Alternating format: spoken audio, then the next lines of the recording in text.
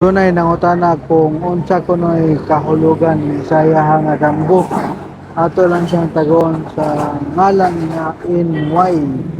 Matod pa niya, good PM, pahubad ko sa kuang damgo nga mitapon ko og suba. Dayon naay kusog kayo nga ayon pulos din nadala gyud ko.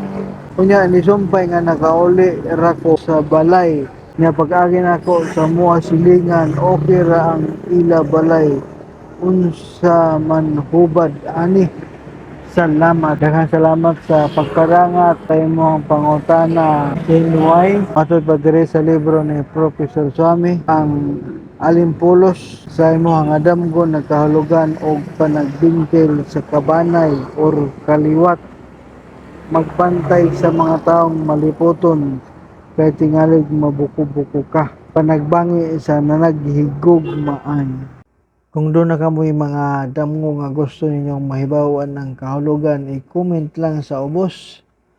Kung wala pa ka makafollow, basin og di na ta magkita. Amping kanunay.